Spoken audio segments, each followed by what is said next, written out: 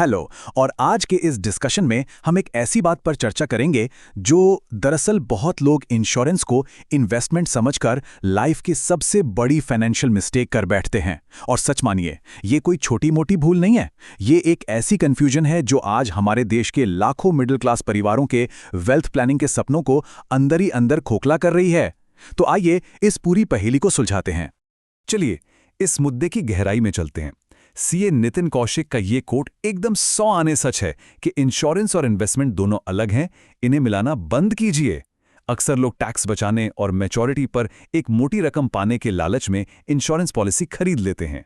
कुछ लोगों को तो ये भी लगता है कि इंश्योरेंस म्यूचुअल फंड से बेटर है क्योंकि इसमें जीएसटी बच जाता है। लेकिन रियलिटी में ये एक बहुत बड़ा ब्लंडर है। जब हम इन दोनों को एक साथ मिला देते हैं ना, तो रिजल्ट एकदम डिजास्टर होता है। न ढंग से प्रोटेक्शन मिलती है और ना ही अच्छे रिटर्न्स। अब होता क्या है कि एजेंट्स हमें आकर बताते हैं कि लीजिए, एक तीर से दो निशाने, यानी एक ही प्रोडक्ट में लाइफ कवर भी और साथ ही साथ इन्वेस्टमेंट भी। सुनकर लगता है कि वाह, ये डबल बेनिफिट तो कमाल की चीज है। लेकिन बात यहीं पर बिगड़ती है। ये डबल बेनिफिट सिर्फ एक भ्रम है। इस इल्यूजन के चक्कर में परिवार गंभीर रूप से अंडर इंश्योर्ड और अंडर इन्वेस्टेड रह जाते हैं। यानी आसान शब्दों में कहें तो ना तो रिस्क कवर इतना होता है कि बुरे वक्त में काम आए, और ना ही पैसा इतना बढ़ता है कि फ्यूचर गोल्स पूरे हो सकें। तो यहाँ पे सबसे क्रूशियल पॉइंट ये समझना है कि आखिर इन दोनों का असली काम क्या है। दोनों बिल्कुल ऑपोजिट डायरेक्शंस में काम करते हैं। इंश्योरेंस बेसिकली एक रिस्क मैनेजमेंट टूल है। इसका मेन जॉब है किसी भी अनहोनी के वक्त परिवार को एक बड़ा सा फाइनेंशियल शील्ड देना, ताकि घर की इनकम अचानक से बंद ना हो जाए। वहीं दूसरी तरफ इन्वेस्टमेंट का काम क्या है? इसका काम है पैसा बढ़ाना, लंबे समय में वेल्थ क्रिएट करना, और सबसे जरूरी इन्फ्लेशन यानी महंगाई को मात देना। सीधे शब्दों में कहें तो एक का काम है हमारी बचत को बचाना और दूसरे का काम है उस बचत को बढ़ाना। सेक्शन 1, ट्रेडिशनल पॉलिसीज और यूलिप्स के पीछे की असलियत। ये नंबर देखकर शायद थोड़ी हैरानी हो, पर यह सच है। जब कोई ट्रेडिशनल पॉलिसी बिकती है तो पहले साल के प्रीमियम का करीब 30 से 40% हिस्सा सीधे एजेंट के कमीशन में चला जाता है।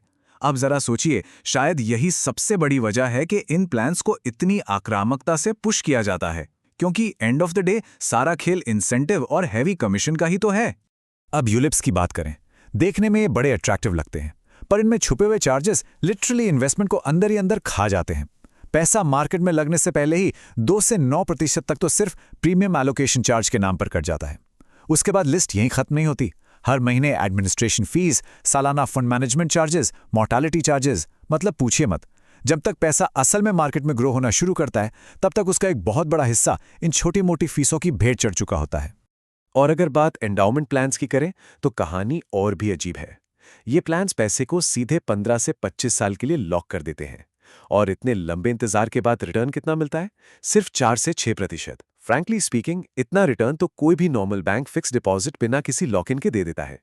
इतने सालों तक पैसे को फंसाकर रखना और कंपाउंडिंग की पावर को बिल्कुल इग्नोर कर देना, वेल्थ प्लानिंग के हिसाब से ये बहुत ही नुकसानदायक है। इस भारी अपॉर्चुनिटी कॉस्ट को समझना बहुत जरूरी है। अक्सर लोग एक ट्रेडिशनल पॉलिसी के लिए हर साल 30 से 50 हजार रुपए खुशी खुशी दे देते हैं, और कवर कितना मिलता है? मुश्किल से 5 या 10 लाख रुपए। अगर प्रैक्टिकली सोचा जाए तो आज के जमाने में अगर कोई बड़ी मेडिकल या लाइफ इमरजेंसी आ जाए तो 5 या 10 लाख रुपए कितने दिन चलेंगे? दूसरी तरफ अगर एक प्योर टर्म इंश्योरेंस लिया जाए तो महीने के सिर्फ 700 से 900 रुपए के प्रीमियम में 1 करोड़ रुपए तक का सॉलिड लाइफ कवर मिल जाता है। डिफरेंस बिल्कुल क्लियर है। सेक्शन 2, आंकड़ों की सच्चाई, एक 21 वर्षीय एकेडमिक स्टडी। अर्थविज्ञान जर्नल में छपी ये स्टडी सच में आंखें खोलने वाली है। इस टेबल में देखिए, अगर एक 30 साल का व्यक्ति अगले 21 साल तक लगातार करीब 1,17,000 रुपए इन्वेस्ट करता है, ऑप्शन ए में वो एक एंडोमेंट प्लान लेता है, और ऑप्शन बी में वो वही सेम पैसा एक टर्म प्लान और पीपीएफ यानी पब्लिक प्रोविडेंट फंड के कॉम्बिनेशन में बांट देता है, 21 साल बाद क्या होता है? टर्म प्लान और पीपीएफ का सर्वाइवल बेनिफिट एंडोमेंट प्लान के मुकाबले कहीं ज्यादा बनता है। लगभग 2 लाख रुपए का सीधा मुनाफा, वो भी बिना किसी एक्स्ट्रा रिस्क के। इस डेटा से एक बात मैथमेटिकली बिल्कुल साफ हो जाती है। चाहे अनफॉर्चुनेट सिचुएशन में डेथ बेनिफिट की बात हो या फिर मैच्योरिटी वैल्यू की, प्योर प्रोटेक्शन यानी टर्म प्लान और सिक्योर इन्वेस्टमेंट यानी पीपीएफ का कॉम्बिनेशन हमेशा इन ट्रेडिशनल बंडल पॉलिसीज को हरा देता है। और मज़ेदार बात यह है कि इन्वेस्टमेंट का टाइम पीरियड जितना ज़्यादा लंबा होगा, इन दोनों के रिटर्न्स के बीच का ये गैप उतना ही बड़ा होता जाएगा। तो मैथमेटिकली इन्हें अलग रखना ही सबसे स्मार्ट चॉइस है। सेक्शन 3, सही फाइनेंशियल स्ट्रैटेजी। आइए देखते हैं कि ये फ्रेमवर्क कैसे काम करता है। ये एकदम bullet proof step by step strategy है। स्टेप 1, सबसे पहले जीवन की अनिश्चितताओं को कवर करने के लिए एक हाई कवरेज वाला प्योर टर्म इंश्योरेंस लेना चाहिए। स्टेप 2, बीमारियों के बड़े खर्चों से बचने के लिए एक कॉम्प्रिहेंसिव हेल्थ इंश्योरेंस जरूरी है। स्टेप 3, कम से कम 6 महीने के खर्चों के बराबर एक इमरजेंसी फंड बनाना चाहिए, और जब ये शील्ड तैयार हो जाए तब आखिर में स्टेप 4, वेल्थ क्रिएशन के लिए पीपीएफ, एनपीएस या म्यूचुअल फंड्स में एसआईपी के जरिए डायरेक्टली इन्वेस्ट करना शुरू करना सबसे सही कदम है। इस अलग अलग अप्रोच का सबसे बड़ा फायदा पता है क्या है? ट्रांसपेरेंसी और फ्लेक्सिबिलिटी। जहां टिपिकल इंश्योरेंस कम इन्वेस्टमेंट प्लान्स में पैसा सालों तक लॉक हो जाता है और भारी चार्जेस छुपे होते हैं, वहीं डायरेक्ट इन्वेस्टमेंट्स जैसे म्यूचुअल फंड्स में सब कुछ क्लियर होता है। यहां कोई छुपा हुआ भारी एजेंट कमीशन नहीं होता। पैसा पूरी तरह से लिक्विड होता है, यानी इमरजेंसी में निकाला जा सकता है। और सबसे इंपॉर्टेंट बात, ये लंबे समय में महंगाई दर को आसानी से मात देने की ताकत रखते हैं। इस पूरी स्ट्रैटेजी की कोर फिलॉसफी बस इस एक लाइन में छुपी है। पहले अपनी वेल्थ को प्रोटेक्ट करें और उसके बाद उसे ग्रो करें।